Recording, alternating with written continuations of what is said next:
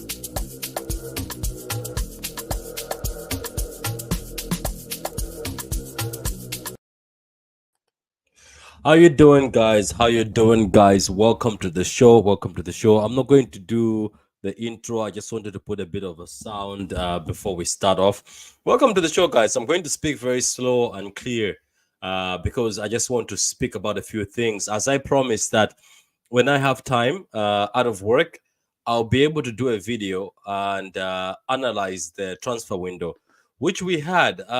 It's a very crazy transfer window, to be honest with you. There was a moment in time where I thought our transfer window was going to be horrible.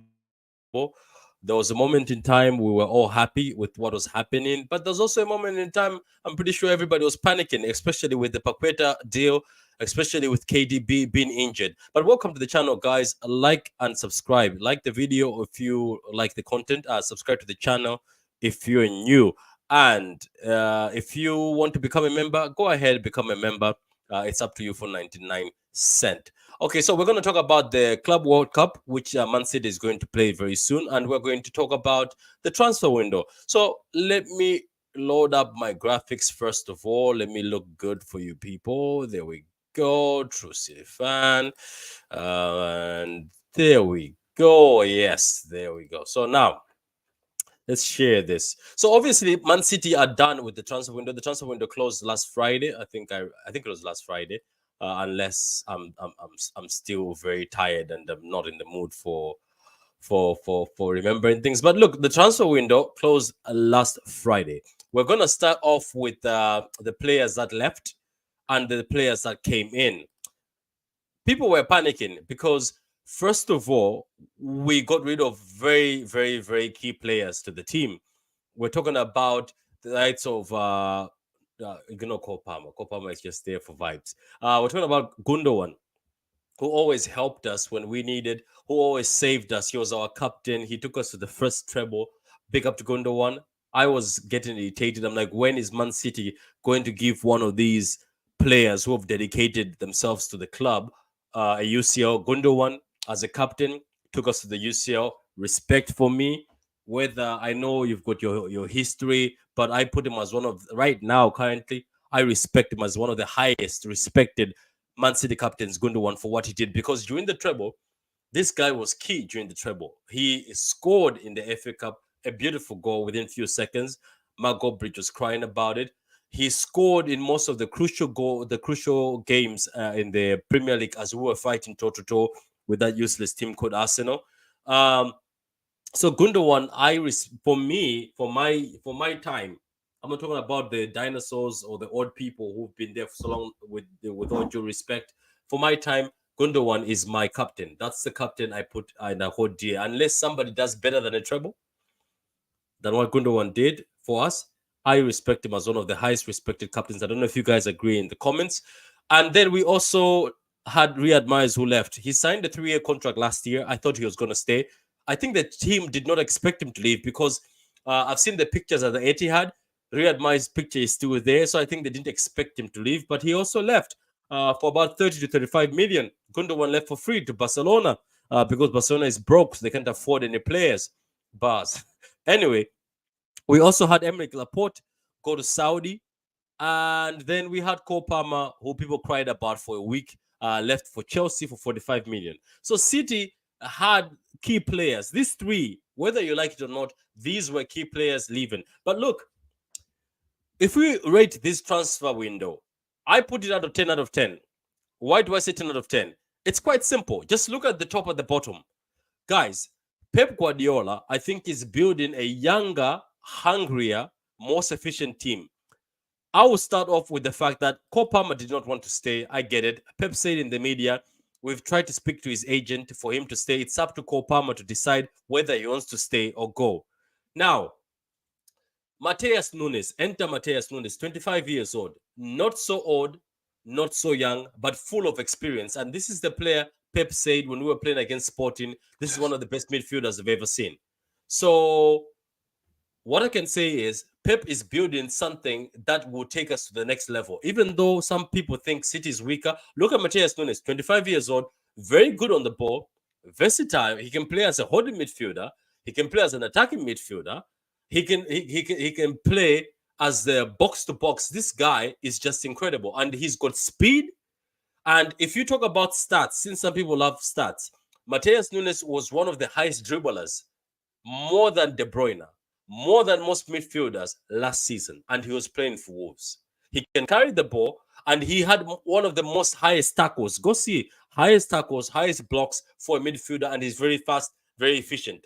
For Matheus Nunes to want to come to City, it's amazing. And for Pep to wait for Matheus to go to Wolves, after he said this guy is a good player at Sporting, I was expecting him to buy Matheus, because when he said that about Bernardo Silva, 40 million was already bid. But he waited for Matheus, watched him close at Wolves. After he watched him close at Wolves, he was impressed even how badly Wolves did. Pep still went for Matheus, 25 years old. Good age to come into this team, good age to be somebody who can be able to give Rodri a rest. Because this guy, even as a holding midfielder, can cook. Even as a creative midfielder, can cook. Palmer goes to Chelsea. Now, we talk about Gundogan. People were not happy that Gundogan is leaving, our captain. Oh, how you doing, Carl? I see you're in the background. Are you okay with your voice now? Carl, are you with us? Okay, yes, I am here. Good evening. Good evening. How are you? Good evening. Good evening. So I'm just explaining to people. So we talk about Gundogan. Gundogan leaves at the age of 32, goes to Barcelona for free. I have no beef with Gundogan. Some people had issues with Gundogan leaving. I say respect him. I repeat again for the people who did not start with me. If you talk about a captain I respect at Man City, for my generation, it's Gundogan. Because Gundogan is the first captain to take us to a treble. The first captain to win us the UCL, break the history of the club, and also the first captain. He was very influential in those games. He did not just stand there as a captain; he led by example. Gundogan left. Kovacic came in. I think a very good replacement. Yes, Kovacic was 29. Other people were questioning this signing. I told people he's going to ball. Kovacic is very good. Yes, he doesn't score as much as Gundogan or create as much as Gundogan, but Gundogan, when he came to Man City, he wasn't scoring before and as much. So Kovacic, I think very soon with Matheus Nunes in the team, they might push him more further for him to play more freely. Let's talk about Riyad Mahrez leaving, where I was disappointed. But at the end of the day, he's 32 years old. He goes to Saudi. He signed a 3-year contract. Guess who comes in? Jeremy Doku, 21 years old, fast paces, skilled winger. I'll let Carl explain. Carl, can you explain to people? I know we did a video, but can you explain to people? We lost Riyad Mahrez, but we gained Doku. What did we get in Doku for this? Well, good evening, Patrick. Good afternoon. Hope you're well. So I talked about this yesterday on the review for Fulham, that we're actually stronger than we are last year. And I'll explain why.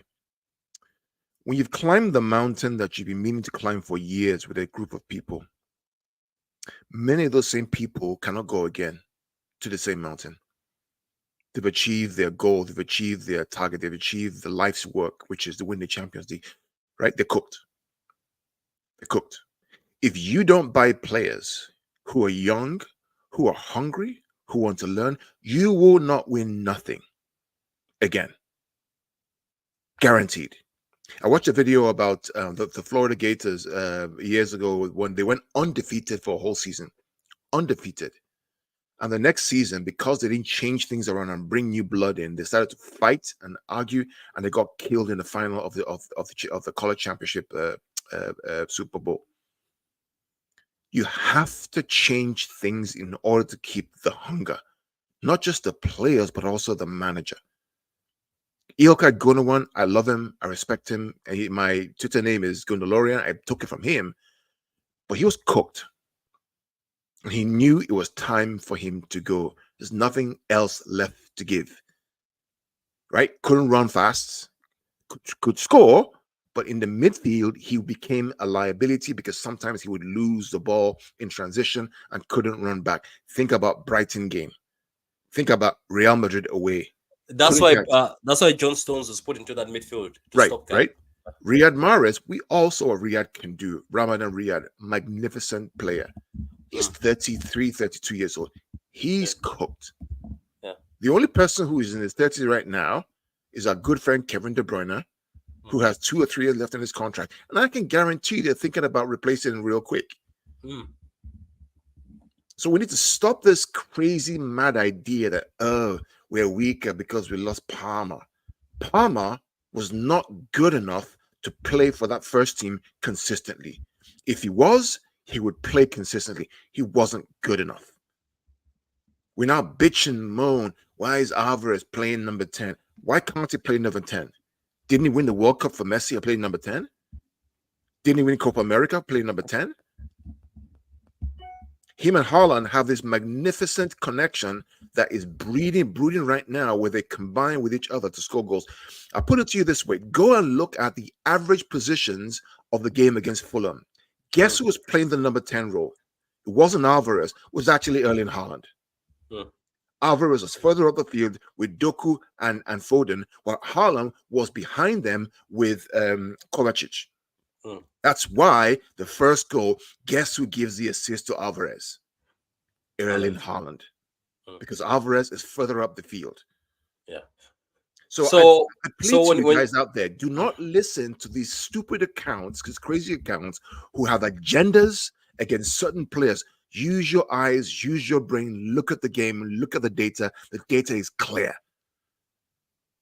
We will always give you the truth and the clarity. We won't do this agenda.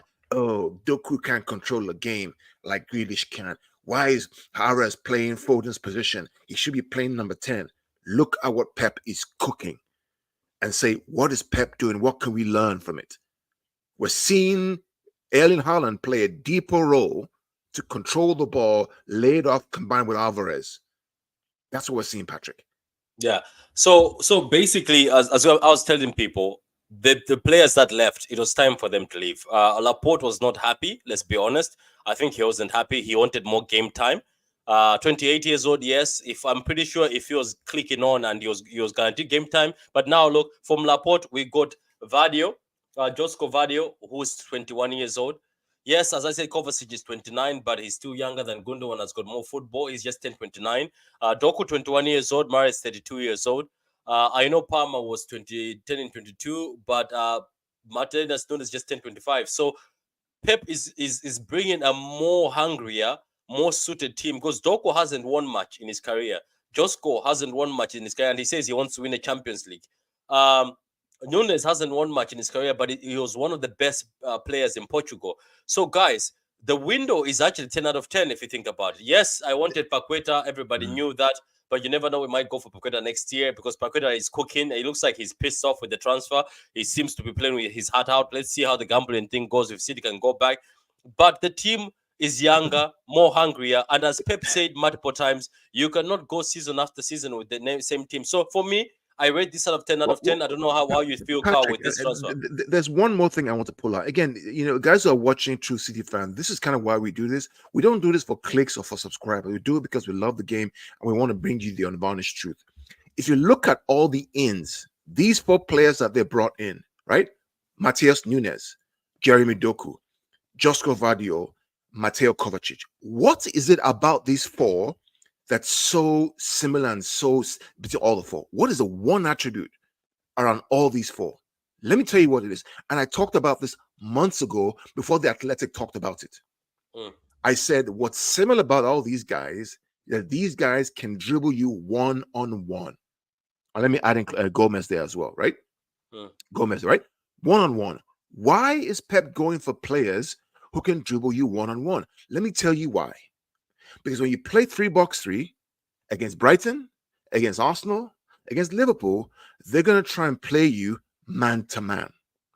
If they try and play you man-to-man and you try and pass the ball and you lose the ball, you're going to get killed. So what do you need? You need players who are comfortable dribbling you 1v1, because when they beat you 1v1, guess what happens? The whole field opens up. Let me give you an example. Gomez dribbles the fullback 1v1. What happens? Passes the ball for who? Erling Haaland to score the goal. Jeremy Doku, many times, beat his man one-on-one, crosses the ball, nobody can finish it. So instead of crying for Palmer and Gundogan and Mahrez and all these guys who have left, what is Pep cooking? That's a question you should be asking yourselves and learning from it. That's true. Eric, big up to you for becoming a member. He was also Germany's Footballer of the Year for 2023, but he deserved it, Eric. Big up for becoming a member, Eric. Big up to you. Jerry says, this City squad's potential far exceeds the last treble season. I would argue it is City's most talented team in Pep's era, and that says a lot. That's true. It is a talented team, Carl. Nunes, and I was just saying, if they had a Paqueta, it was just going to be fire. Doku, Josko, Kovacic, who I expect to get better, I think, as time goes forward. Then Carl, another one. Another person who stayed, and I think this is another big win for the transfer window. What do you think? Let me just ask you though, how do you think we're gonna use Silva this season? Because I know he was sick, he wasn't well. Where is Silva going to fit in this team? Like when you sit down yourself, where is Nunes, Silva, all these guys? Where are they gonna fit in? Patrick, this is the beauty of what Cheeky, Pep, Ferran are doing. People think we've gone weaker. We've actually got stronger. So now imagine, Patrick, when De Bruyne is now fit. And now you have De Bruyne, you have Bernardo, you have Kovacic, you have Nunes, you have Phillips, who will cook, by the way. Give him time, right? They got Rodri, right? All these guys have to, and then Stones. All these guys have to fit in. And you got Foden, you have Doku, you have Alvarez, you have Haaland, you have Jack Grealish, you have Gomez. You haven't talked about the back four yet. What? So it's not the quantity, it's the quality. Where's Bernardo going to play? It depends on the opposition. Depends on the opposition. Different opposition will ask for different things. Doku may play, Bernardo may play, Jack may play, Foden may play. It all depends on the opposition. Pep has the weapons to go to war with anyone to play different systems in different ways. All of them are quality. So the standards, the levels don't drop too much, but the system we play, the attacking we play, the way we attack them changes based on the players that we have. So I want to give everybody you got to back the board. And I've seen so many people whine and moan about their window is not good enough. Is this, is that? Think about what we have right now. I mean, Kevin comes back, what we're going to be able to do. It's incredible. Yeah, true. And we'll be able to rest him. And another one I wanted to add is Calvin Phillips. I think he will still be useful, and I think him staying regardless. A lot of people we threw jokes at him. I think is great. Carl, I personally think this guy is talented. I just feel like he just came at a time. We know when you're a victim of circumstance or something, you know what I mean? What they call that. I think he came at a time where Rodri is just unstoppable. But I think this guy will be useful. I like the way he played in the Fulham game, Carl, when he came in. He was smart. He didn't give away the ball. He was detecting play. He was pointing where to be. I think he'll be very useful this season. I think you might see a change in midfield of him, Nunes, sometimes and Bernardo or somebody. You might be. It's incredible, right? I watched the Calvin Phillips video last night, the Amazon documentary. And when you listen to his background, what happened to him as a kid growing up, you can tell very clearly all this guy needs is a couple of games to get his confidence. Right? If you look at it closely, you ask yourself, "Wow, what is actually going?" It's a confidence issue. When it was a Leeds United, Bielsa had confidence in him, and the team gave him confidence, so he balled. All he needs is the confidence. Against Fulham, clearly he was in the right headspace when he came on, and he played really, really well. I Yeah, he love did. how he was playing a little deeper, connecting the ball, passing, moving, controlling the game. Much better than he played before. 15 minutes of what he played. And that's only going to get more and more and more because we need him this season. We need Phillips. We need Nunez. We need Rodri. We want to try and do everything we can to win everything we can. So it's no surprise. I think he's going to cook. We just need to be patient. We can't slag this guy off. I've seen too many people slag this guy off. Yeah. Even if the manager is struggling with him and we Yeah, I should be think it's backing him. disappointing. I We think should be backing the boy. If this was your brother or your son, would you slag him off because you have an account? No, back the guy, man. Give him a chance. Encourage him. That's all what we as fans are supposed to do. Add the fuel of encouragement, not the slander of hate towards a guy who's trying to find his way in a very talented squad.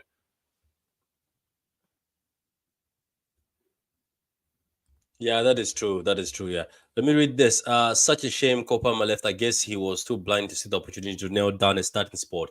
I really thought he was going to be the next Maris. I really thought too, Nams. But what else can we do? What else can we do? Some of these players want to go somewhere. Let him go. I'm pretty sure he'll do well. Look, no one wishes him bad luck. I wish him all the best. Okay, now, guys, we've come to the other side of the show. The FIFA Club World Cup semi-final. Carl, when are we playing this?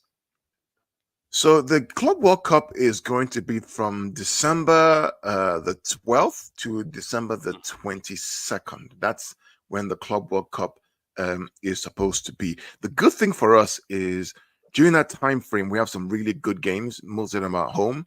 I believe Palace is at home.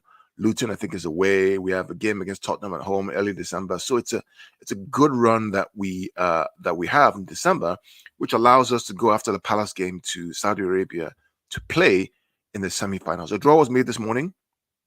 Right. So the way it works is basically there's a preliminary draw where Al Ittihad, which is the Saudi club with Benzema, and I think Mane is there. I don't know if Laporte's there or not. Maybe he's there. They will play the winners of Oceania, which is New Zealand. And then once they qualify, they now play the champions of Africa, Al Ahly, right, in that game. At the same time, too, another club, Leon from Mexico, who won the CONCACAF, not the American side of the world.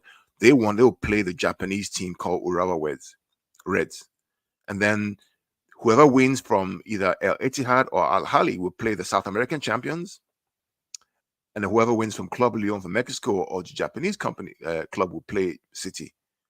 And then the winners of the South American side and the European side will get to the final on the 22nd of December. Okay, so that's the structure. I heard that you're going to this, isn't it? Are you looking forward to it? I'm going to go, man. By God's, inshallah, by God's grace, I'm going to go. I plan to go. I really want to go to this. I can't miss this, man. Is this a trophy you're taking seriously yourself? Oh, I'm taking it very seriously. Extremely seriously. We never won it. Just be clear. People ask me, why did you go to Athens and watch Super Cup? It's a friendly. Let me be clear, right? To go to Athens as a team, you have to win the Champions League. Yeah, you have to. And to play this year, so you have to win the Champions League. You have to win the Europa League, right? Exactly. Yeah. You can't go to Athens, Super Cup, and not win the Champions League or the Europa League. To get to the Club World Cup, you have to win the Champions League. Yeah. So people who are saying, just a friendly. No. It's a serious competition. Yeah, it is, yeah. Maybe people in England don't take it seriously. The rest of the world takes it very, very, very seriously. And so should we. Because we don't have it. We don't have it yet.